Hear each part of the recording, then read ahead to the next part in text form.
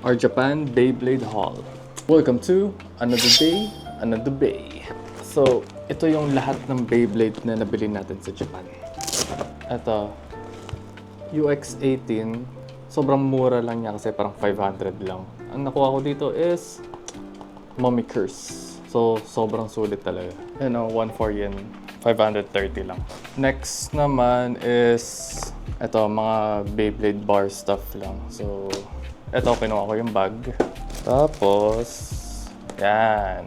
Wizard Arc na Blackpink. So, 600 lang doon. Ayan, yung mga ibang binigay pa. Siyempre, maboy. Yan, Bay Park na Saiyan.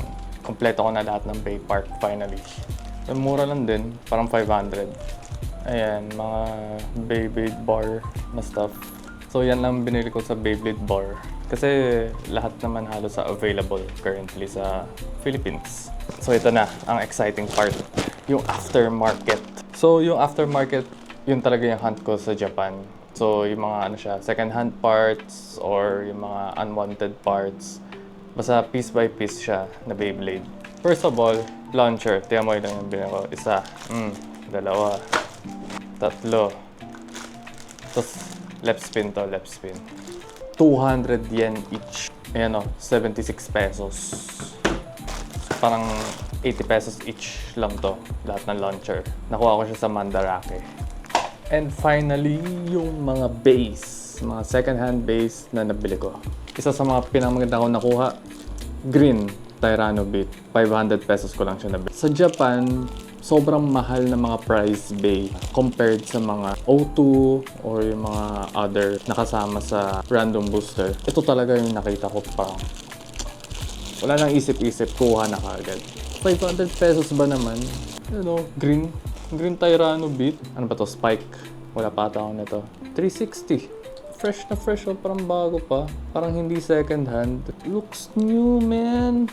Ang ganda, oh. Sheesh. Looks new, bro. What the heck? 500 pesos? What a steal. Dalawa. Ito naman sa book off ko nakuha. Isa sa Mandarake. Ito mukhang gamit na talaga. Pero green Tyranno Beat pa rin. Maganda pa rin yung niya. Quality niya. Okay pa siya eh. Ang bit na kasama naman is flat. Dito sa book off, parang random bits yung mga kasama. Random bits and ratchet. Tapos, ayan, may kasamang 980 na gold or yellow. Next is green na Kill Shark. Ganun din. Parang 400 ata or 300 lang to. Okay, maganda yung green na Kill Shark. Pero may kasama siyang green na 160. Bro! Tapos, ano to? Unite. Takara Tomy na green 160. Ayaw nila nun. Ayan o. Yung Kill Shark medyo oxidized na siya. Pero it's worth it. 300 pesos. Di na masama. Or Shark Edge pala kasi Kill Shark pala Hasbro. 160? Ito medyo normie fine lang din. 400 lang eh. Para sa low orb. So regular Wizard Arc lang siya. Wala. Nothing special. Gusto ko lang mag-refresh ng low orb. Tsaka 455 na green. Actually, wala pa akong ganito. Sheesh. First time ko magka-Wizard Arc na ganitong color. Last one is medyo bago-bago siya. Parang 500 lang din in PH. Kinuha ko lang siya kasi may bagong wedge. Mura siya eh. So, kinuha ko na lang din. So, ayun, yung full combo niya doon sa box. Hindi pa siya gamit. Fresh na fresh for 500 pesos for the wedge. Unused. Grabe. Actually, kinuha ko to bago ako bumili ng UX18 na random booster. So, sakto, buti na lang nakuha ko yung Mommy Curse. Kasi mamaya dumoble yung ganito ko. Dito pa lang sa dalawang green na Tyranno Beat, panalo na. So, good find siya. I rate the hunt 9 out of 10.